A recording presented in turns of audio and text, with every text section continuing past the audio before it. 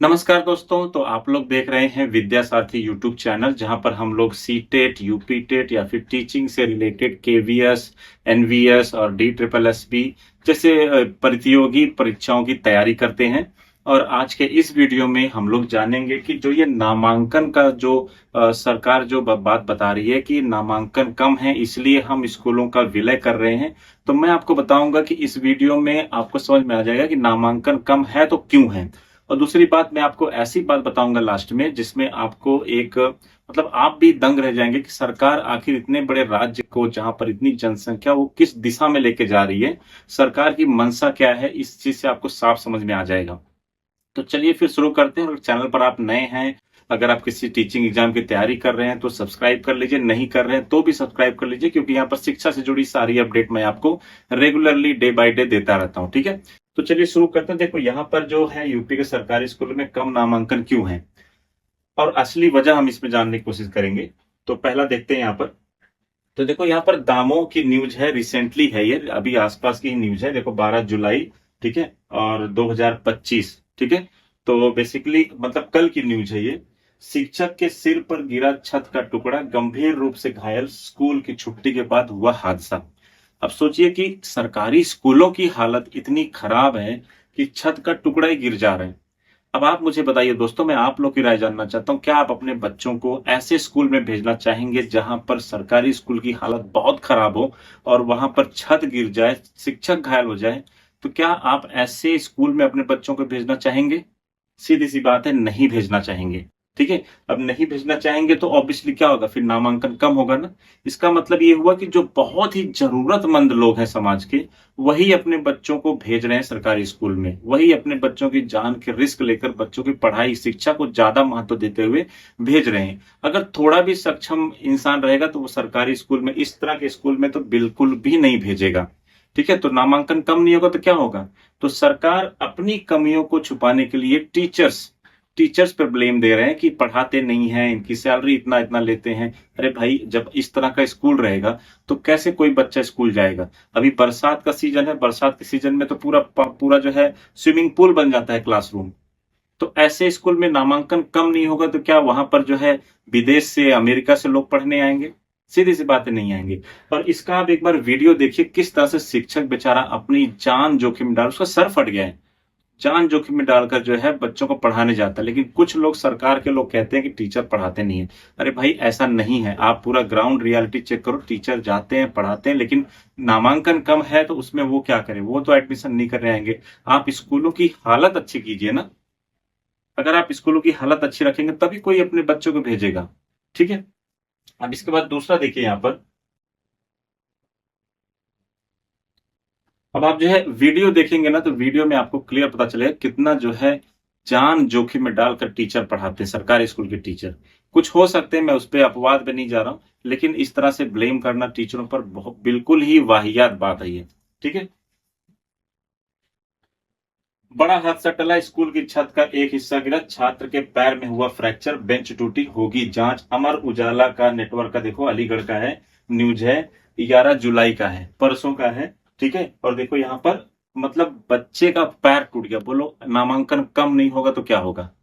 ऐसी चीजें आपको नहीं दिखाएंगे लोग, सरकार के लोग नहीं बताएंगे। लेकिन जरा सोचिए कि जहां जान जोखिम में हो वहां पर बच्चा क्यों पढ़ने जाएगा? तो ये है असली वजह नामांकन कम होने की। फिर आगे देखेंगे, झांसी की न्यूज है, बारिश में गिरी स्कूल के बरामदे की छत, बड़ा हादसा होने से बचा। देख रहे, पूरे उत्तर प्रदेश में हर जगह स्कूलों की, झांसी, दामों, फिर इसके बाद अलीगढ़, हर जगह स्कूलों की हालत इतनी जर्जर है। और वहां पर फिर नामांकन तो कम होंगे ही ना, सरकार अगर ध्यान दे रही है। दोस्तों, आपकी क्या राय है, मैं आपसे जानना चाहता हूं कि क्या ये बड़ी वजह नहीं है नामांकन कम होने की? क्या हमें सारा ब्लेम जो है लोगों पर और टीचरों को देना चाहिए? क्या हमें सच्चाई तक नहीं जाना चाहिए? ऐसी स्कूल में आप बताइए, क्या आप अपने बच्चों को पढ़ाएंगे, ऐसे स्कूल में भेजेंगे? आप कमेंट करके बताइए, मैं जानना चाहता हूं कि आपकी क्या राय है इस पर। ठीक है, और ऐसी कई खबरें हैं, एक नहीं, एक हो तो चलो समझ में आता है, कई कबार हो जाता है, लेकिन ये ऐसे खबरों से भरे हुए न्यूज़पेपर। और आज आसपास की न्यूज देखो, ये 10 जुलाई की है, हर दिन की मैं आपको खबर बता रहा हूं। लखीमपुर खीरी, ठीक है, वहीं जहां पर जो है किसान वाला कांड हुआ था, टेनी खीरी के बेटे ने चढ़ा दिया था और गाड़ी जो है थार। टिन शेड के नीचे चल रही कक्षाएं जिम्मेदार नहीं ले रहे हैं सुध। मतलब टिन सब तो सोचो इतनी गर्मी, अभी ये कब की न्यूज है, ये थोड़ा पहले की खबर है। सोचो इतनी गर्मी में भी टिन शेड के नीचे बच्चे पढ़ रहे हैं। इससे अच्छा तो पुराने जमाना था जहां पर पेड़ों के नीचे लोग बैठ कर पढ़ते थे, वहां पर एटलीस्ट इस तरह का खतरा तो नहीं रहता था। तो बच्चे सोचो इतनी गर्मी में टिन शेड के नीचे पढ़ने को मजबूर है, तो इतनी गर्मी में टिन शेड के नीचे कौन भेजेगा अपने बच्चे को पढ़ने के लिए? तो ऑब्वियसली नामांकन कम होंगे। नेक्स्ट देखो, भवन हुआ ध्वस्त, पढ़ने के लिए इधर उधर भटक रहे विद्यार्थी। भवन ही ध्वस्त हो गया। फिलहाल ये लोग भवन क्यों बोलते हैं, इनको तो झोपड़ी बोलना चाहिए स्कूलों को। ठीक है, तो देखो यहां पर जो है 13 जुलाई की खबर है, मेरठ संवाद न्यूज एजेंसी मेरठ की खबर है कि जहां पर जो है बच्चे यहां वहां भटक रहे हैं, तो बोलो नामांकन कम नहीं होगा? आप लोग राय जरूर दीजिएगा, इससे पहले कि आप सोशल मीडिया पे फैले सरकार के और उनके जो आईटी सेल वाले जो अफवाह फैला रहे हैं, टीचरों को ब्लेम कर रहे हैं, पेरेंट्स को ब्लेम कर रहे हैं, उनको ये वीडियो जरूर दिखाइए कि ये वजह है नामांकन कम होने की, जिसकी वजह से आपको एक मौका मिल गया स्कूलों के विलय का, जिसमें आप जो है तरह तरह की फालतू की चीजें करने पे उतारू हुए हैं। फिर देखते हैं, सोनभद्र की न्यूज है, 1 साल से उधार के भवन में चल रहा है विद्यालय, बरामदे में पढ़ रहे हैं 80 बच्चे। सोचो, अब सोचो 80 बच्चे पढ़ रहे हैं, 80 बच्चे, और ये उधार के भवन में चल रहे हैं। क्या सरकार के लोगों को ये सब नहीं दिख रहा है? सरकार को देखना नहीं चाहिए? सोचो उधार के भवन में स्कूल चलाए जा रहे हैं और आप कहेंगे कि नामांकन कम क्यों हो रहा है? इसीलिए नामांकन कम हो रहा है। उधार के भवन में स्कूल चले, क्या टीचर बेचारा पढ़ाए, क्या बच्चे पढ़े? तो टीचर और बच्चों का दर्द समझने के बजाय हम ब्लेम दे रहे हैं उन्हीं पर कि नामांकन कम हो गए, माँ बाप नहीं भेज रहे हैं, टीचर कुछ नहीं पढ़ाते। अरे भाई, उधार के भवन में क्या ही पढ़ा लेगा टीचर? तो आप भेजिए वीडियो, आप दिखाइए जो लोग कहते हैं कि सरकारी स्कूल में जो है टीचर पढ़ाते नहीं है। पहले ये तो दिखाइए सरकारी स्कूल का इंफ्रास्ट्रक्चर कैसा है, दिखाइए तो सही हालत क्या है। देखो ये गजरौला सीयू में 1.5 साल से टूटा पड़ा कंपोजिट कन्या स्कूल का भवन। कन्या स्कूल का भवन, सोचो बच्चियों के लिए, लड़कियों के लिए क्या ही छोड़ा आपने। ठीक है, कहा क्या लिखा है?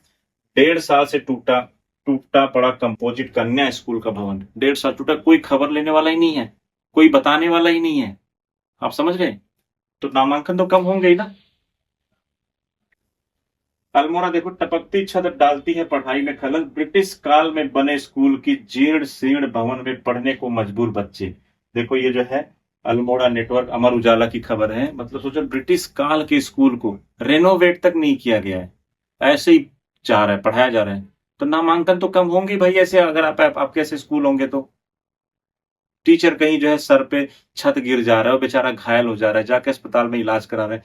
प्राइवेट स्कूल में ऐसा होता तो नहीं होता, लेकिन सरकारी स्कूल में होता है ये सब। स्थानीय लोगों ने कहा कि स्कूल भवन को बने 169 साल हो गए हैं। समय समय पर स्कूल भवन को ठीक ठाक करने के लिए छोटे छोटे कार्य कराए गए। वर्तमान में स्कूल भवन की पूरी तरह जीर्ण शीर्ण हो गया है। वर्तमान में इस आंगनबाड़ी केंद्र में पढ़ने के लिए 10 और प्राथमिक स्कूल में पढ़ने के लिए 5 बच्चे आते हैं। सोचो इस तरह की, और ऐसी खबरों के नीचे भी महोदय के जो है एडवर्टीजमेंट चलते हैं। सोचो प्रचार भी वही हो रहा है जहां पर इनके ही काम के पोल खुल रहे हैं।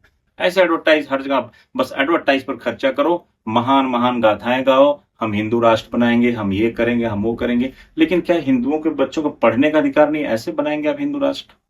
कम ऑन, ऐसे तो नहीं होना चाहिए। यूपी के 15 जिलों में लगेगी शराब बनाने, ये खबर देखो, मुझे तो दंग कर गई ये खबर कि देखो यूपी के, अभी रिसेंटली 10 जुलाई की खबर है, जागरण की है। यूपी के 15 जिलों में लगेगी शराब बनाने की फैक्ट्री। लखनऊ में आई कंपनियों ने योगी सरकार को दिया 4,320 करोड़ रुपए का ऑफर। ये इस पर बराबर काम होगा। अब शराब बिकवा लो इनसे। बच्चों का फ्यूचर, छोटे छोटे बच्चों का, 5 साल 6 साल के बच्चों का जो फ्यूचर है उससे कोई मतलब, वो बर्बाद होता है तो होने दो। स्कूलों की जीर्ण अवस्था है उसको बर्बाद होना हो जाने दो, लेकिन ये चीज चलते रहना चाहिए। ठीक है, फैक्ट्री में जो है देखो यहाँ पर, अभी मैं आपको दिखाता हूँ शराब के लिए। देखो ये कंपनियों ने लिस्ट भी दे दिया है। केयांस डिस्टिलरी गोरखपुर 2,265 करोड़ रुपए में ये वहां पे प्लांट लगेंगे शराब बनाने की। सोचो शुरुआत भी गोरखपुर से ही कर रहे हैं।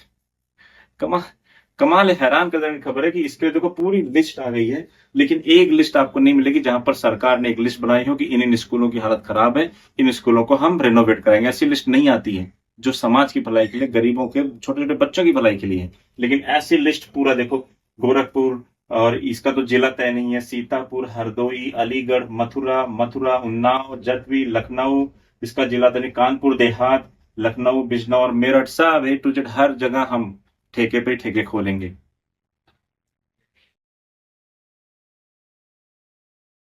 देखो यहाँ पर खबर है, माध्यमिक के भी 400 से ज्यादा विद्यालयों में 50 से कम छात्र, महानिदेशक स्कूल शिक्षा ने जताई मतलब सिर्फ प्राथमिक विद्यालय को मर्ज कर रहे हैं, लेकिन जो माध्यमिक है उनमें भी बच्चे कम हैं। तो सोचो कि मतलब आप क्या वो भी बंद कर दोगे? मतलब पूरा जो है एकदम खुला खेल, फर्रुखाबादी, कुछ भी, मतलब शिक्षा से बिल्कुल आपको कुछ लेना ही देना नहीं है। तो इस तरह जो है सोचिए, हमारा भविष्य, यूपी के बच्चों का भविष्य कहाँ जा रहा है? क्या सिर्फ लेबर क्लास बन के रह जाएगा यूपी का युवा? क्या सिर्फ वो मजदूरी ही करेगा? क्योंकि शिक्षा का तो कहीं दिख नहीं रहा कुछ आप ढंग का कुछ कर रहे हो।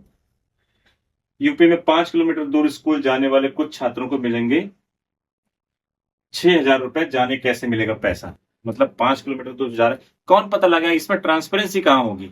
ये सब लोग लुभावनी न्यूज खबरें अपने लोग प्लांट कर रहे हैं, लेकिन आप बताइए कि इसमें भ्रष्टाचार कितना होगा? कौन जाके देखेगा कि जरूरतमंद बच्चे को 6,000 रुपए मिले कि नहीं मिले?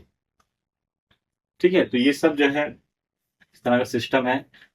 तो यही आपको बताना था फ्रेंड्स, ये असली वजह है कि किस तरह से जो है नामांकन कम हुए हैं, और सरकार दोष जो है किसी और पर देती है। लेकिन ये बहुत अच्छी चीज, खबर नहीं है हमारे समाज के लिए, हमारे राज्य के लिए। तो बेसिकली अगर आपको वीडियो अच्छा लगा हो तो लाइक कीजिए, चैनल को सब्सक्राइब कीजिए। अगर आप यूपी टेट सीटेट की तैयारी कर रहे हैं तो चैनल को प्लीज सब्सक्राइब कीजिए, और लोगों के साथ शेयर कीजिए वीडियो, ताकि उन्हें भी पता चले कि असली वजह क्या है नामांकन कम होने की। कोई भी अपने बच्चों को ऐसे जो है, जहां पर बिल्डिंगें गिर रही हो, जहां पर छत गिर रहा हो, कौन ऐसे मौत के जो है जगह पर अपने बच्चों को भेजेगा? तो मिलते हैं दोस्तों नेक्स्ट वीडियो में, और तब तक के लिए टेक केयर, बाय।